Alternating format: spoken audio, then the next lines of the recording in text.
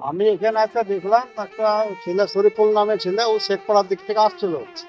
এখানে আছে ট্রাক্টরের সঙ্গে নাকি দুর্ঘটনা ঘটেছে, তাতে দেখা গেল এখানে আছে যে ডেট, মানে মাথার কিছু নেই।